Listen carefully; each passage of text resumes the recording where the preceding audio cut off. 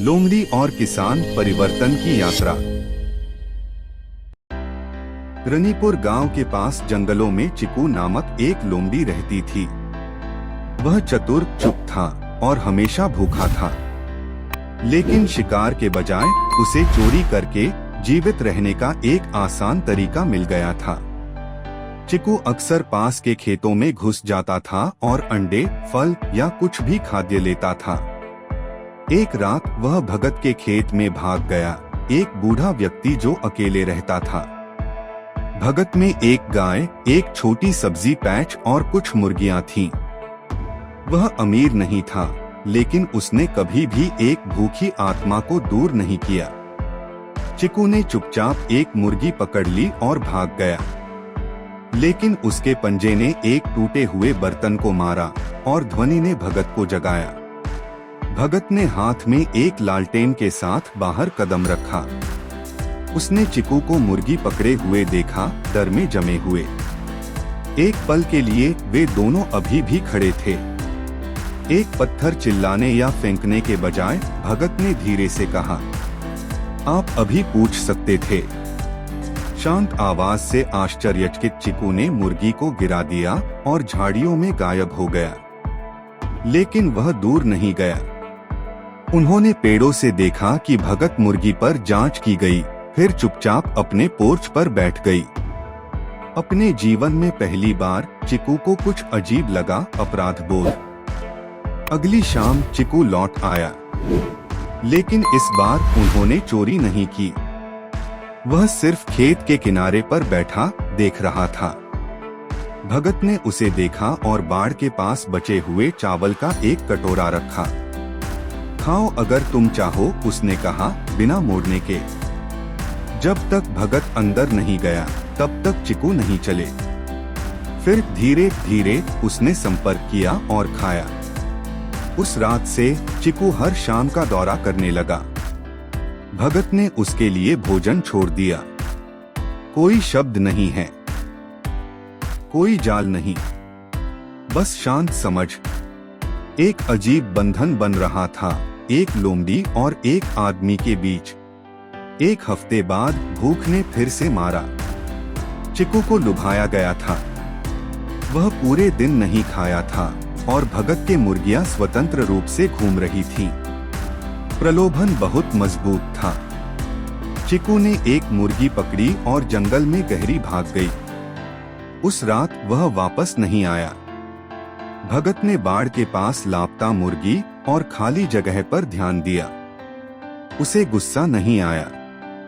इसके बजाय उन्होंने उस रात कोई भोजन नहीं रखा, केवल एक नोट एक छड़ी के लिए पिन किया गया। दोस्त चोरी नहीं करते हैं। यदि आपको याद है तो केवल तभी वापस आओ। चिकू ने नोट पढ़ा। वह सभी शब्दों को नहीं समझ सकता था, लेकिन वह अर्थ समझ गया। उसे शर्म महसूस हुई। उन्होंने चावल के कटोरे, खेत की गर्मी, उनके द्वारा साझा की गई चुप्पी के बारे में सोचा। उसने उस मुर्गी को देखा जो उसने चोरी की थी। यह अभी भी पास में एक बूर में जीवित था। अगली सुबह चिकू ने कुछ ऐसा किया जो उसने पहले कभी नहीं किया था। वह मुर्गी को वापस ले आया।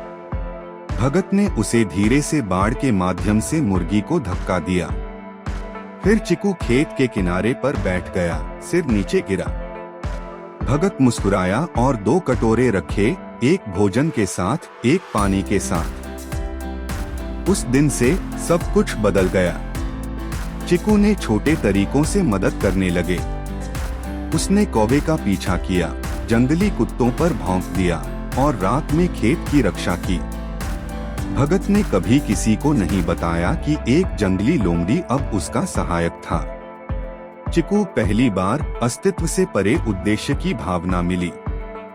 ग्रामीणों ने यह देखना शुरू कर दिया कि भगत की फसलें अछूती थीं, उनके मुर्गियां सुरक्षित थीं। उन्होंने पूछा कि वह अलग तरह से क्या कर रहा है। भगत बस मुस्कुराया और कहा, मेरा एक दोस्त है जो मेरे ऊपर देखता है। एक शाम चिकू का फॉक्स का पुराना गिरोह दिखाई दिया। वे उस पर हंसे। एक गार्ड कुत्ता अब उनमें से एक ने कहा, आप हमारे बीच सबसे चतुर हुआ करते थे। उन्होंने उस पर छापा मारने के लिए उनसे जुड़ने का दबाव डाला। एक बड़े चिकन फार्म में कोई बाड़ नहीं थी। यह एक आसान चोरी होगी। चिकू हिचकिचाहट। भगत ने दूर से चुपचाप देखा। उन्होंने चिकू को नहीं रोका। उन्होंने कहा, आपको यह तय करना होगा कि अब आप कौन हैं। चिकू ने जंगल में वापस देखा, फिर उस छोटे से खेत में जिसे उसने अब घर बुलाया। चिकू ने छापे में शामिल होने से इनकार कर दिया। उस रात वह खेत में गार्ड खड़ा था, जबकि अन्य लोमड़ी अंधेरे में गायब हो गई। भगत एक कंबल के साथ बाहर आया। आपने अच्छी तरह से चुना, उन्होंने कहा और इसे पोर्च के पास रखा। चिकू ने बूढ़े आदमी की कुर्सी के बगल में चोर के रूप में नहीं, बल्कि एक दोस्त के रूप में कर्ल किया। अगली सुबह ग्रामीणों को पता चला कि बिग चिकन फार्म को लूट लिया गया था। भगत अछूता था।